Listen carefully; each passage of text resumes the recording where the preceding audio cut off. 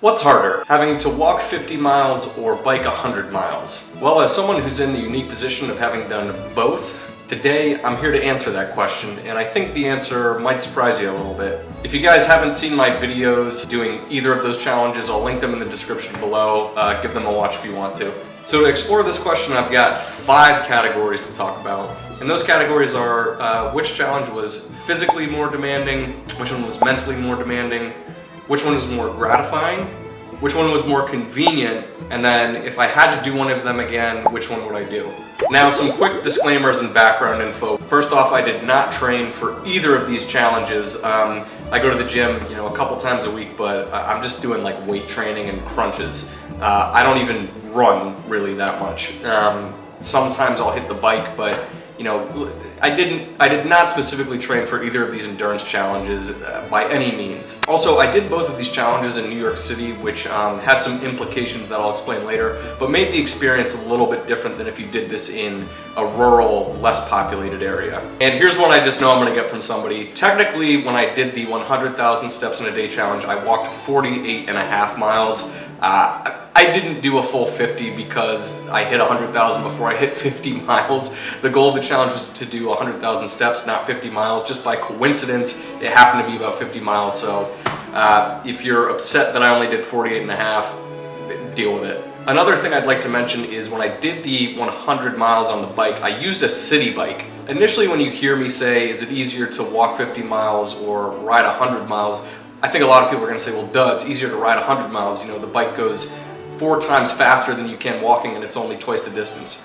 Using the city bike, I think, really leveled the playing field. I wasn't using a racing or a road bike for this. The city bikes are not bikes that I own. They're rental bikes, so they have a lot of wear and tear. They don't all work perfectly. In fact, a lot of them don't work all that well. And a city bike also weighs about 45 pounds compared to a racing bike, which weighs between 15 to 17 pounds. So given that I did the 100 miles on the bike on a city bike, I think that evens the playing field a little bit and makes it comparable to walking 50 miles. Let's dive into the first category that I want to compare the challenges on, which is the physical toll. Now, I don't think this will come as a surprise if you watch my video, but hands down, the bigger physical toll was from walking 50 miles. My left leg in particular was absolutely destroyed after the challenge, and I couldn't walk for about 4 days. After the biking, honestly, I wasn't all that sore, and I think it's because all my weight wasn't being put on my joints during the day.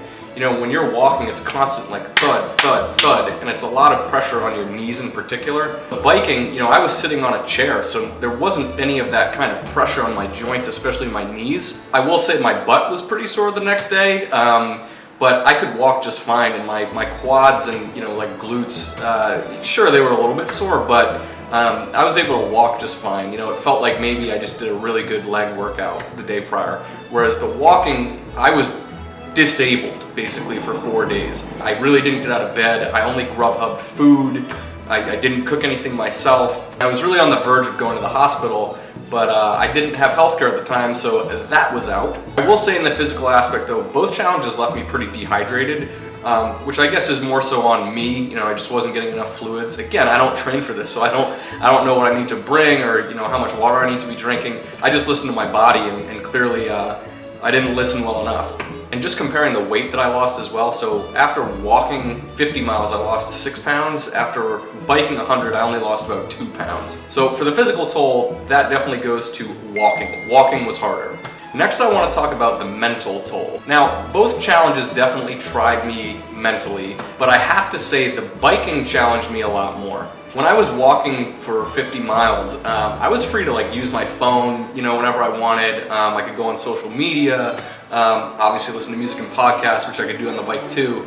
But I could do more stuff on my phone while I was walking because I'm just walking. There's no hazards really. On the bike though, sometimes I was in the road. If I wasn't on the road, I was in a shared bike lane where I have bikes coming at me from the opposite direction. So I couldn't really be on my phone at all. I was kind of limited to music and podcasts only, and when you're doing that for 10 hours, it can just get a little bit old. Traffic also tried me mentally a lot harder on the bike because I was kind of at the mercy of the traffic patterns, and I had to stay in the specific bike lanes that I was in.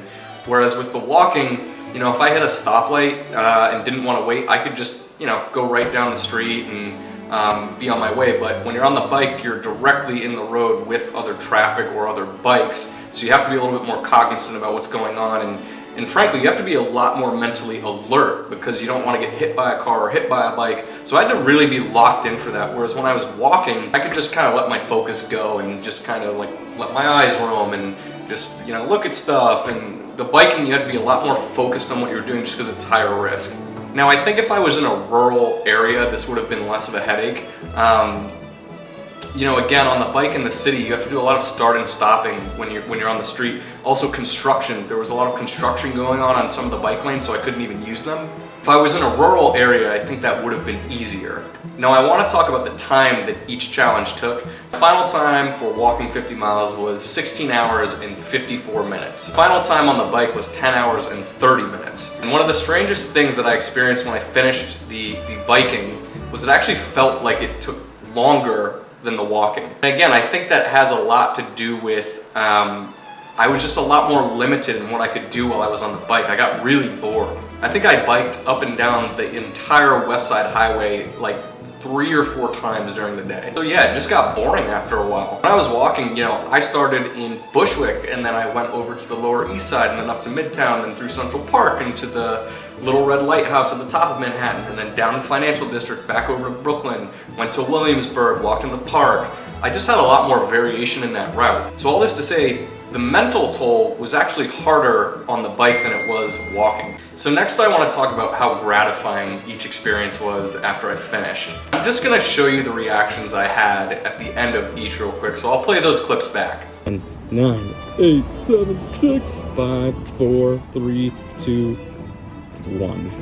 Thing doesn't even give me the gratification of seeing it hit 1 and 5 zeros.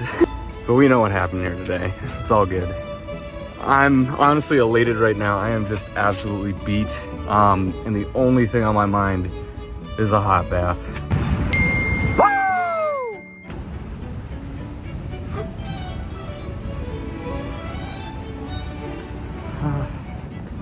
So as you can see, after I finished the 100,000 steps, I was so physically exhausted that I don't think I even really fully comprehended what I just did. More than anything, I just wanted to have my leg feel better. I think because of that, and because I was so wrapped up in how physically distraught I was, the gratification was not as high as you would think. When you watch me finishing the biking, I got almost like a little bit choked up at the end there. And I think that's because I didn't have these physical ailments, so I just kind of soaked in fully what I had just experienced. And again, I was so mentally exhausted. It was so much harder to push through the end of that challenge than it was the walking mentally. It just hit me in a way I didn't expect. I really didn't expect for that to choke me up like it did, but it did. So as far as gratification, I actually think the biking was more gratifying to have finished. So next I want to talk about convenience, and some of these points I've already kind of alluded to. Now if you've never used a city bike, you probably don't know this, but I have to pay to rent those bikes. And I am an annual membership holder, so I pay a flat fee up front for the year, and it gives me some perks. And one of those perks is I can ride any of those classic bikes, meaning they're not electrically assisted. I can ride any of those classic bikes for 45 minutes without being charged. It's free, since I pay that upfront annual membership fee. But after 45 minutes, it starts to charge me. And the way that you avoid getting the charges is you have to dock the bike at a city bike station, and then the ride stops. I can pull the bike right back out after that, but you have to dock every 45 minutes. In some of the parts of the city that I was in, the stations are kind of sparse, so I couldn't always get back to a station within 45 minutes from where I started. So that became a challenge, and I think I ended up spending like $22 just on the biking fees. Now, of course, that's not a ton of money, but it was more expensive. And when I was walking, I knew that I just had to rely on my own 2 feet. I didn't have to rely on a rental bike. I didn't have to rely on a piece of equipment that somebody else had used, where the quality kind of fluctuates. It was just my own 2 feet. And another thing too is when I wanted to stop for like food or water when I was walking, I'd just stop at a corner store. With the bike, I wasn't always close to convenience stores because again, I was on bike paths, and B, I didn't want to park the bike outside convenience stores and have somebody take it. So I was a lot more at the mercy of where the stations were and how long I'd been riding, where I was at. as opposed to the walking, you know, I could just stop wherever I wanted. So the walking was actually a lot more convenient. The final category I want to talk about is which would you do again? So if someone held a gun to my head and said, dude, you gotta walk 50 miles tomorrow or ride 100 miles tomorrow. First, I'd say get that gun out of my face, that's not nice. Truth be told, I'd rather do the 50 miles of walking again. Which might sound kind of nuts given how debilitated I was at the end of it. But I don't know, something about that journey was just a bit more special. It was a bit more convenient. Like during the biking challenge, I remember getting so mentally frustrated at points just because there were things out of my control, like having to not go on bike paths that were, you know, under construction, having to frequently stop at lights, dealing with other bikers. And in the walking challenge, I didn't have to do any of that. I didn't have to deal with those things. So with all this being said, let's take a look at those categories that I lined up at the beginning of the video. Physical toll, walking. Walking was harder. Mental toll, biking. The biking was harder. Gratification, and this is the gratification at the finish, not the experience at large, just at the finishing point. I felt a lot more gratified having been done with the biking. Convenience, walking was far more convenient. And then the last category, which one would I do again? The walking. I'd do the walking again. So given all those categories, you know, as a whole, I'm gonna say the biking was actually harder. I think like a lot of things in life, the mental game is always harder than the physical game. And I just found the biking to be a lot mentally tougher, honestly. Again, you can see it in the way I kind of break down at the end of the clip. You know, I was really kind of at my wit's end a little bit. And in the walking, I just never experienced that. I certainly had to push mentally in both, but the biking just being so bored also, it having to deal with the cars, having to deal with the other bikes, you know, it just got frustrating at certain points when I wasn't close to a station and I had to, you know, be on my phone to try and find one. The walking, I just didn't deal with any of that. I just walked. Hope that, you know, soundly answered the question of which one's harder, and also which one's more enjoyable. But, you know, I'd love for some of you guys to try both these challenges. I'm sure nobody will, which is totally fine. As always, guys, hope you enjoyed the video, and I'll see you on the next episode. Peace.